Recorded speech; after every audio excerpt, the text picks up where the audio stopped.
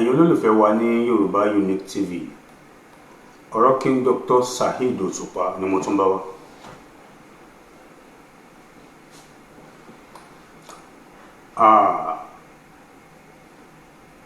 Tá bá ń sọ pé ọba orin kì í kàn ṣe pé kán fìyàn jẹ ọba lásán, ọba tó mọ èsì ọ̀rọ̀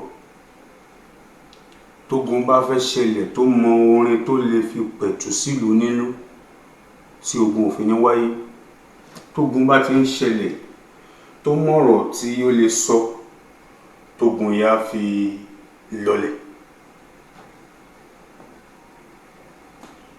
King Dr. Saheed Òṣùpá ti fún àfáà Sunna lésì. Mo dẹ̀ like music yẹn, ẹ gbọ́ nǹkan tó Òṣùpá sọ. Èèyàn lóhun fẹ́ pa náà ẹ̀ṣọ́ tiwa, èèyàn lóhun fẹ́ pa náà ẹ̀ṣọ́ tiwa, ó máa ṣẹ̀sí oníṣí ilé kan àbọ̀, èèyàn lóhun fẹ́ pa náà ẹ̀ṣọ́ tiwa. Ẹ̀dá ẹja rọjò àti sinmi, ẹ̀dá ẹja rọjò àti sinmi, àtúbọ̀tán láyé mà ló jàjú, ẹ̀dá ẹja rọjò àti sinmi. Àwíkòkò ṣálẹ̀ mi, àwíkòkò lójú ọlọ́rọ̀ sọ̀rọ̀ títọ́, ẹ̀yin wá lọ́rọ̀ tó sọ pé ẹ̀yin dìyẹ mọ́wọ́.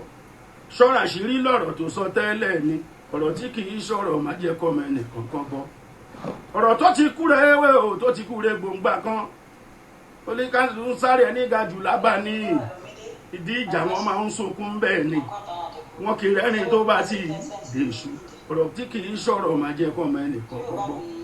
Ọ̀rọ̀ tó ti kúrẹ́ ewé o, tó ti kúrẹ́ gbòǹgbà kan, oníkàlùkù ń sáré ẹni ga jù lábà ní ìdí ìjà wọn máa ń sunkún bẹ́ẹ̀ ni, wọn kì í rẹ́rìn tó bá ti dèṣù. Ọ̀rọ̀ tí kì í ṣọ̀rọ̀ má jẹ́ kọ́mọ ẹnìkan kan gbọ́. Mo ti sọ pé kò máa jẹ gbọ́ débi tó máa bá mi sọ, ṣòpàyọ̀ fún mi ló fi ń ju bílì ni. Àṣírí wo ló sọ ẹ́ di bùkátà mi? Erémọdé màlẹ́ tí kejì ò gbọ́dọ̀ gbọ́, ṣẹ́nu tèmi tí ó gbògbọ́ lè tọ́jú àṣírí mi. Ẹni tọ́jà oúnjẹ máa bá a ṣe múlẹ̀, olórí burúkú òkì ṣọ̀rẹ́ olórí ire, gbogbo aláàánú ò má jẹ́ kán ráyè dọ́dọ̀ ẹ. Àkíyèsí tí ó wí yẹn pa. Ẹ̀wẹ̀sì tí King Dr. Saheed Òṣùpá tó fún wọ́n súnmọ́ wèrè rẹ̀ nígbà wèrè ṣeré o, látẹ̀lé lọ má ṣàánú wọn kankan. Ṣé rí ọ̀kánjú àmúlẹ̀ ìmọ̀ kò mọ̀ pé ẹ̀jẹ̀ ló rìn lára gbogbo wa, kò sí ẹni tá a bí nínú obìnrin àbí tá a fagbẹgbẹ bí ẹ tí kò kí ń sọ̀rọ̀ ẹ̀yìn. Ó ti yẹ Pàṣọ ń sọ, Òṣùpá ń sọ, Màláíkà ń sọ, Kọ́rẹ́nsì ń sọ, K1 ń sọ, gbogbo wọn tán jẹ́ celebrity pátápátá nínú olórin àbí nínú òṣèré orí ìtàgé ni wọ́n ń sọ. Kò jẹ́ sí olórin tán máa pè síbì kan pé kó wá sọ̀rọ̀ tí kò ní sọ wípé òun lòun mọ̀ ọ́n ṣe jù, orin òun lòun dáa jù, òun lòun mọ àgbékalẹ̀ nǹkan jù, ni Yorùbá fi ń sọ pálára ló ń gbéraga. Tán bá gbọ́kọ́ fún yín àbí tán gbọ́kọ́ fún mi, ibo ló fẹ́ roko sí, abẹ́ ẹ̀ ló máa ró sí.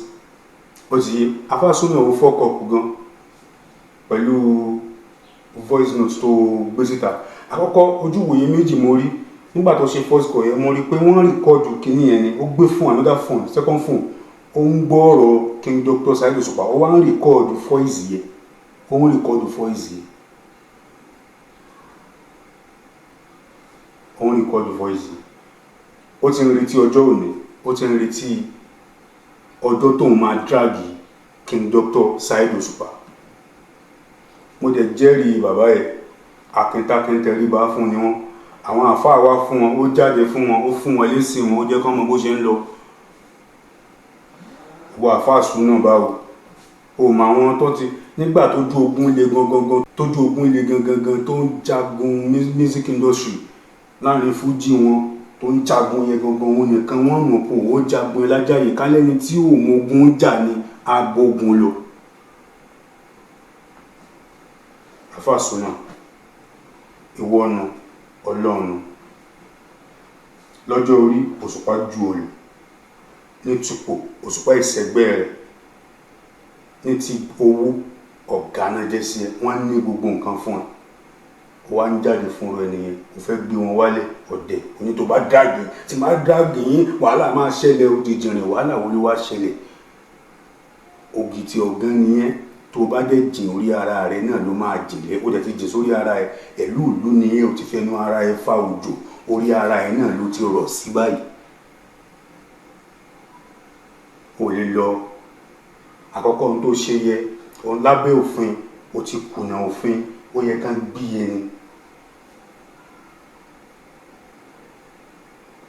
Kò ní sí o, ọlọ́run akọ ògbó àmọ̀ṣe. Wọ́n tún ní kí n tún gbé wa débẹ̀ ní bó ṣe ń lọ lórí ọ̀rọ̀ tó wá ń ta tó ń jára rìn nípa King Dr. Saheed Osupa àti Alfa Sunna.